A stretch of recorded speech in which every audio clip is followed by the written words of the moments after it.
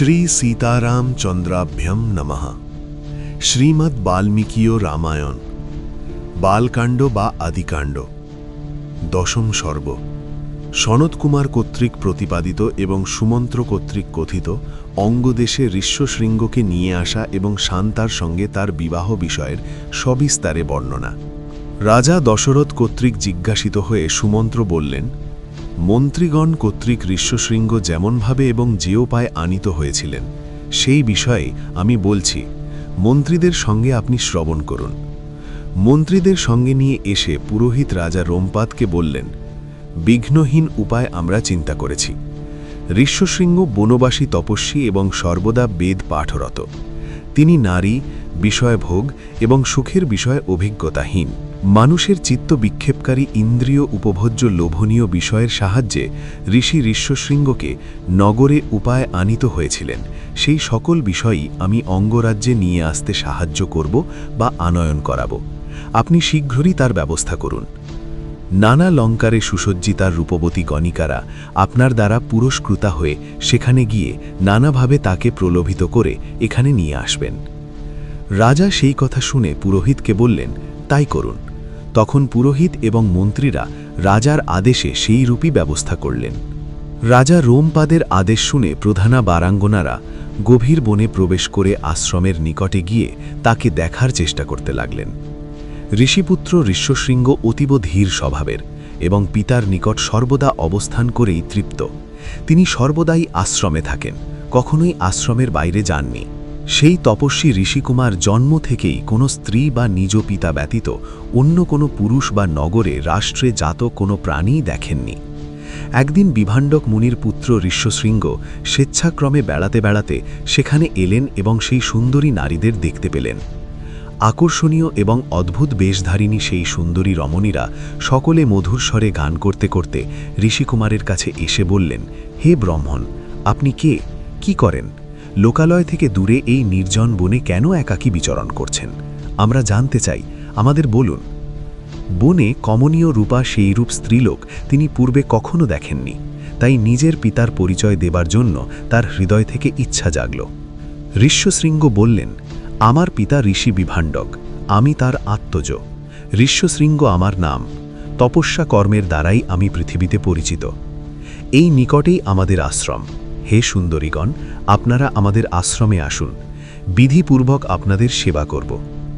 ঋষিপুত্রের কথা শুনে তাদের সকলের আশ্রম দর্শনের ইচ্ছা হল। তখন সুন্দরীরা সকলে আশ্রম দর্শন করতে গেলেন। তারা অর্থাৎ বারাঙ্গনারা আশ্রমে গেলে ঋষিকুমার এই অর্ঘ্য, এই পাদ্য, এই মতপ্রদত্ত ফলমূল এই বলে তাদের পূজা করলেন। সেই বারাঙ্গনারা সকলে আগ্রহান্বিতা হয়ে তপস্বী ঋষ্যশৃঙ্গের পূজা গ্রহণ করলেন, কিন্তু ঋষি বিভাণ্ডকলে ভয়ে সেই স্থান থেকে শীঘ্র চলে যাওয়ার জন্য মনস্থির করলেন। সুন্দরীরা বললেন, হে ব্রাহ্মণ, আমাদেরও এই উত্তম ফলগুলি গ্রহণ করো, এগুলি ভক্ষণ করো, বিলম্ব করো না। হে সজ্জন, তোমার কল্যাণ হোক। তখন সেই রমণীরা আনন্দে উৎফুল্ল হয়ে তাকে আলিঙ্গন করলেন এবং মোদক বা মোয়া এবং নানাবিধ উত্তম খাদ্য খেতে দিলেন। তেজস্বী ঋষিকুমার সেই ফলগুলি অর্থাৎ অন্যান্য ভক্ষ্যবস্তু আস্বাদন করে চিন্তা করলেন, এইরূপ ভক্ষ্যবস্তু পূর্বে তো কখনো আস্বাদন করিনি। নিত্য বনবাসীদের নিকট এরূপ খাদ্যবস্তু কিরূপ আস্বাদ্য হবে? অতঃপর সেই রমণীরা তার পিতা অর্থাৎ ঋষি বিভাণ্ডকের ভয়ে ছলনা করে ব্রতের কথা নিবেদন করে সেখান থেকে চলে গেলেন।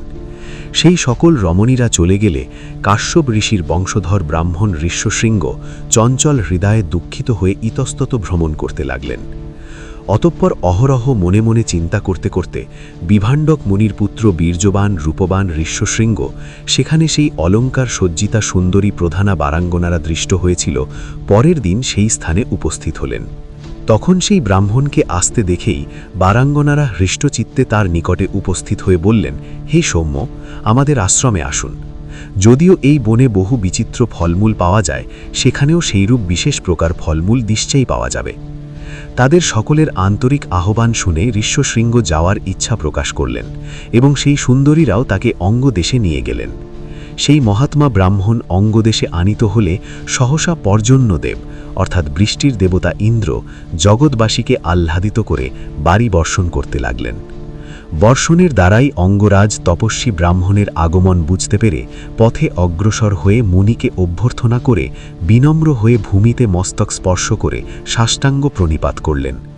সমাহিত চিত্তে বিধি অনুযায়ী তাকে অর্ঘ্য প্রদান করে প্রার্থনা করলেন তার যেন ক্রোধ উৎপন্ন না হয়।